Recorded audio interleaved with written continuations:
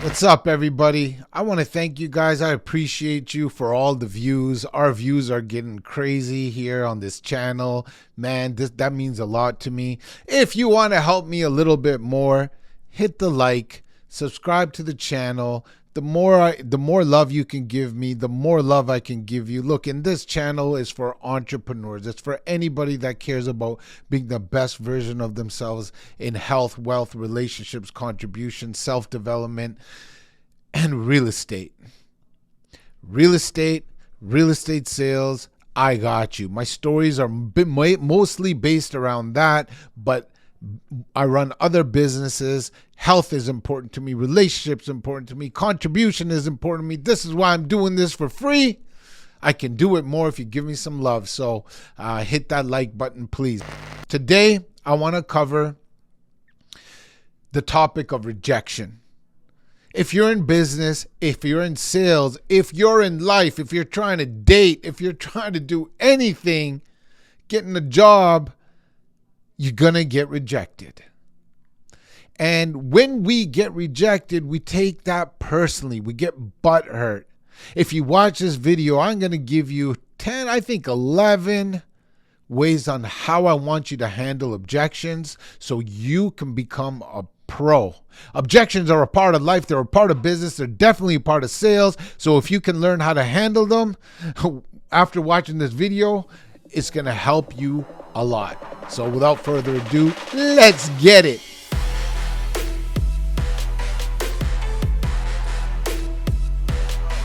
One of the ways that really helped me handle rejection is to understand simply that it happens to everyone. I must have rejected, what is it? It is 12 p.m. Eastern Standard Time, 12:02 Eastern Standard Time today. And I've rejected 3 people already. I've already rejected 3 people. Or a perceived rejection. I probably rejected more. But here, I do batch recording, right? So here I think it's my 3rd video today. And on the drive to the video, and then my preparation of going over my notes for the content, I got 3 texts from people that I left unread. That's a rejection, y'all. How many times have you texted somebody and they didn't read it, or you received a text and you didn't reply? That's a rejection. Not replying to somebody's email is a rejection. Telling somebody you're busy when they ask you, hey, you want to go watch the ball game on Friday? Oh, sorry, man, I have my kids' basketball Friday. You just rejected them. So if rejection is a part of everyday life, why do we get so hurt and disappointed when we get rejected in business? We do it every single day. It's done to us and we do it to others. So the first point of how to handle rejection is simply just understanding that it happens every day. It happens in every way. So when you understand that, you can, you feel like, okay, this is not a personal attack at me. It's a part of life. I know it seems obvious, but guys, this is probably the best point I'm going to make. Actually, I don't know. There's some really good points here. So let's go on to point number 2. Understanding that there's different types of rejection. There is relationship rejection, which hurt, man. Jeez. Have you ever asked out a girl, asked out a guy, and they said no to you? Eee. Or after, like, you've been friends for a while, and you got these feelings, you have these feels, they're reciprocating those feels. Sometimes they're even holding hands. And then she says, nah, just friends is good. You finally muster it up, saying, look, man, we've been hanging out for a while. I think we're good together. Let's go and make it a thing. And he or she says, nah, I'm good. Yo, that's hard. Personal rejection is hard, right? Or when all your boys go out, they went out and they partied, they clubbed, you see it on social media, and you're like, why wait, why wasn't I invited? They're my boys. Why wasn't I invited to that party? I wanted to be at that party. Guys, so personal rejection is different than business rejection.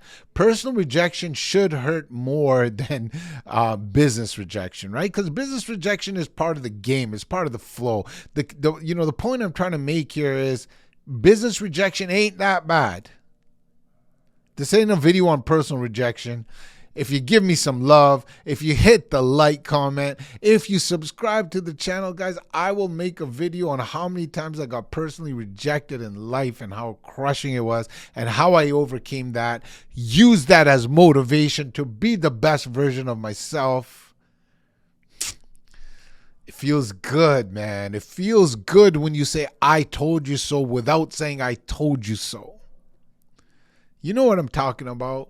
That high school girl or the high school guy that didn't go for you, or when you weren't picked on that team and all the other people thought you sucked, and all of a sudden you walk out 5 years later and you're jacked, you're fast, you're strong. The girls are looking at you, the dudes are looking at you. And now that person that could have had you, you're like, okay, listen, man, I'll make a video just on that. Hit that like button, subscribe to the channel, and I promise you we'll get that in. All right. So the third point that I want to make on the 11 ways how you can handle a rejection is the lifespan of feelings. You know what I'm saying? Like, okay, we get rejected. Some people get rejected and they can't let that shit go. Like, let it go, man. They talk about how they get rejected. They tell everybody, oh, I got rejected. I got rejected. Years go by, and they're still talking about the time they got rejected, man. Yet they're not doing anything about their life to make them into a person that does not get rejected. In business, y'all, in sales, if you get rejected, don't get butthurt and stop making calls. See, as you understand, as you soak in these 11 tips that I'm going to give you, you're going to have the strength and the wherewithal to understand, yo, it's just a rejection. It's part of the business. Let it go. Let it flow. So that lifespan of feeling is very important. So as you get more successful, as you become a professional, you just move it off your shoulder. You just shrug it off. You go on to the next call. But in the beginning, I understand, oh my God, I just got rejected. This person was so mean to me. They were so mean to me. They hung up on me. Oh my God, they're giving me wrong phone numbers. They're giving me wrong phone numbers. Yeah, man, they're going to give you wrong phone numbers. They're going to hate it when you call. They're going to reject your ass. Okay? That's why you got to get good. You got to work on your game. Your script's got to be on point. You got to talk like a rock star. You got to be authentic. You got to take control of that conversation, man. Give this channel some love and I'll teach you all of that. I promise you. All right, so the lifespan of feelings. I think we put some feelings into that point. So the next thing we're going to talk about is just simply point number 4 is anticipating the rejection. You got to learn to anticipate the rejection. You know it's coming. You can't get hurt on something you know that's coming. When I was boxing, all right, I don't know if you know this, but I have my amateur boxing license, okay? So when I'm boxing, I'm getting in my stance. I'm in the ring. I'm throwing jabs. I'm throwing hooks. I'm blocking. I'm swerving. I know punches are coming. I can't go through the whole fight without getting hit. That doesn't mean I don't get into the ring. I just want to hit that person more or more severe, and that's how I win the fight. When you're in business, when you're in sales, when you're running an entrepreneurial life, rejections are coming. It's part of the sport. It's a part of the game. So anticipating and knowing they're coming is amazing. Now, the next point I want to make, which is my fifth point. I should number the points. I just have dashes. You know what? After this video, I'm going to start numbering these points. We live, we learn, right? So understand that most people, in this point, you got to understand that most people rejections come from fear. They're afraid to make the next move. They're afraid to sell their house. They're afraid to buy this product because they have a deep-rooted fear with a relationship of money. They don't look at money as abundant. Okay, so that's one reason. Indecision, procrastination. It's another reason why people don't reject us, why they do reject us. It has nothing to do with you. They're afraid or they're indecisive. They got to work on their own shit. They got to watch this channel so they can start taking action. It has nothing to do with you. It has nothing to do with their pitch. So in this point, I want you to realize it is their stuff that they can't get over. The next point of this is they are never asked. So this is where you can come in. A lot of salespeople out there, they don't ask for the business. Let me take you back to young Rick that was listing houses, right? I would go to the listing presentation. I would wow them. They liked me. But I got so scared to ask them to sign the contract. Can you guys relate with me?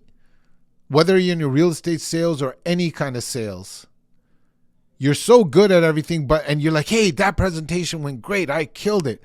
But when it came to, slide the contract across the desk and say, sign here, you didn't want to impose that on them because you didn't want to bother anybody. It's not even like you were scared to ask them. It's not like you didn't see yourself as enough value. What I had to really come across is I didn't want to burden somebody. So it wasn't until I understood that that's just part of the sales process that I got to do it. I made more money because I started asking for the business. I used to get so good at this. I am so good at this now where I would ask for the business even before I did the presentation when I'm pre-framing. Mr. Miss Seller, this is what we're going to do today. I'm going to look at the house. I'm going to give you my marketing material. We're going to go over price. We're going to go over commission. And then we're going to go ahead and sign the contract. Cool? I got so good at asking for business. Guys, if you're watching this and you're a rock star or you want to be a rock star, ask for the business. Okay, so the sixth way you can handle these rejections is making your ask better. Okay, and the way you need to make your ask better is you need to test your approach. So this point is about testing your approach. And, this is the next point after this, so I don't want to mix them in. Okay, we're going to do the next 2 points together. It is what it is. Okay, the next point after test your approach is understanding personality types. So let's put those together, okay? When you have a different approach, it's like A/B testing in marketing. You got to see which approach it works best. Should I be aggressive? Should I be passive? Okay. The truth answer to that is you have to be authentically yourself. Mixed with the next point which is understanding personality types. Guys, you can go on a whirlwind of understanding personality types. Where you should start is called the DISC personality test. DISC. Put it in Google. Understand those 4 personality types. Okay? Once you understand those 4 personality types, you can manufacture your presentation on their love language, on the language that they think in. D, I, S, and C all think different. Hit me a like and I will do a video just on the DISC personality test. Okay? So testing your approach, understanding personality types is going to make your conversions better. You're going to understand that once your conversion gets better, you're going to handle rejections better, which is the point of this video. Because if you are going on 10 appointments and you're getting rejected 9 times because your conversion sucks, well, that's a lot of rejections to handle. But if you're going on 10 appointments and you're getting rejected 2 times and you're securing 8 of those contracts, You can handle those rejections better. Get it? Got it? Good. You get the point. The next point is to be a follow-up king / queen. See, we got to understand the sales process. We have to understand that asking someone for business one time is not enough. You have to be nasty with it. You have to understand the process. I love my wife to death. Okay? I didn't marry her on my first date. There was a lot of work that was put into this relationship before I was lucky enough for her to say yes to me. So I had to understand the process and I had to follow up with her. Imagine the first date we went on, or the first text message, or the first phone call. I said, "Will you marry me?" She'd think, "Yeah, I'm messed up, man. She's never going to talk to me again." Like if I honestly met, "Can you marry me?" That's what we're asking our clients to do, our prospects to do when they're going to do business, or we're asking them to get into this marriage relationship. That's what a contract is without a prenup. You know what I'm saying? My listing presentation my listing agreement does not come up with a prenup. So in a way, they're more scared to do business with me. But I do have a cancellation guarantee on all my listing appointments, guys. If you guys want a copy of my cancellation guarantee, just hit me up in a comment and I will give it to you. All right? Okay, where are we at here? Yeah, follow-up. Understanding that follow-up is the name of the game of any relationship. And when you're in sales, you have to understand you're not in the game of transactions. You are in the game of relationships. And you want to build and extend these relationships. And the way you can build and extend these relationships is keeping in touch. And in sales, we call that following up. There's different systems on following up on your prospects that you're trying to make clients. And there's different system on following up with clients that you want to make repeat clients and get referrals from. Okay? Listen to this channel and you will learn both. Where am I at? Okay, so the next way that you can handle rejection is to role play with your mentor. Yes, guys and girls, you have to have a mentor. You have to be in proximity with people you want to be like. Okay? You can ask the top salesperson in your brokerage to be your mentor. Your broker, if he's a mentor, hire a coach to be your mentor.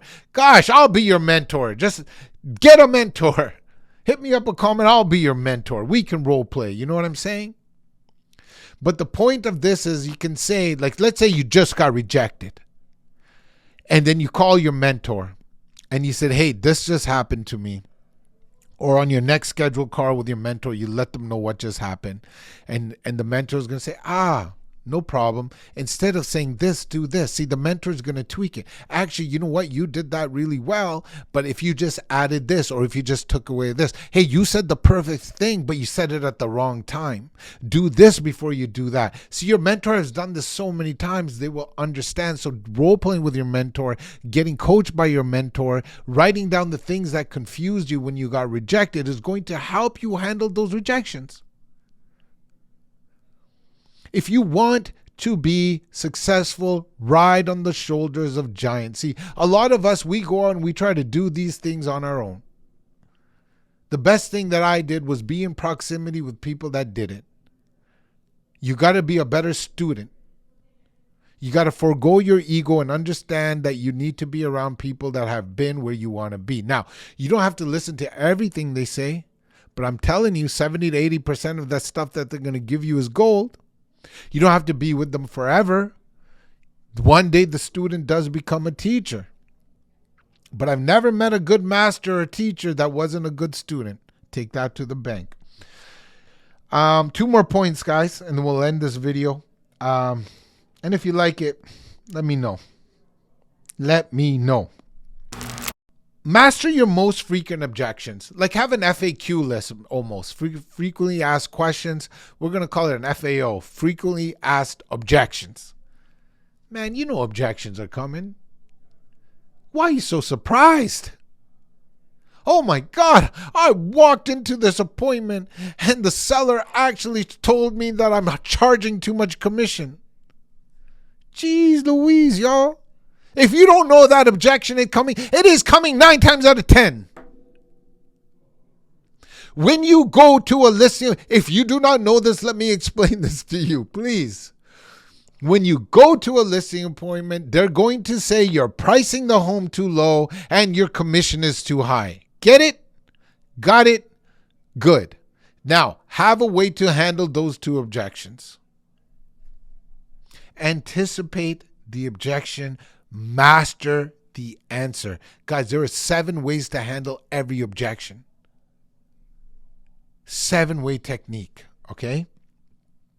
Last tip for the ways to handle rejection. I think I went through 11. This must be tip number 11.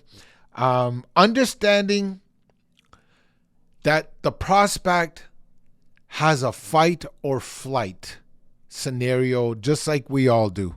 So understanding the fight or flight and being patient enough to wait through that moment. Let me explain here. Everybody, when they encounter a situation, will either fight you or just fly away. Flight or flight. See, let's say you're at a bar, some guy comes up to you, wants to scrap. You're either going to scrap or you're going to run.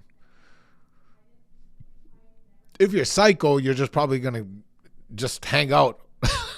Just sit there and get punched in the face. You're either going to fight or you're going to flight. So in the sales process, it's the same thing. When you're asking somebody for business, they're either going to fight you. That's where the objection handling techniques come in. Or they're going to try to ignore you. They're going to flight away.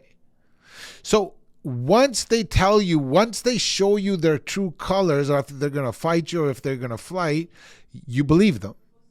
But you need to understand that after they make those fight or flight decisions, they're going to get more comfortable with you. So you have to be patient enough to stick around. So let's say somebody fights me on commission. Depending on if they're a DIS or a C or personality type, I'm going to have different objection handlers for them. But my objection handlers are going to make them feel so comfortable that they're going to want me to stick around because I appease them. They don't want to fly away from me because now they feel comfortable. Or maybe they might.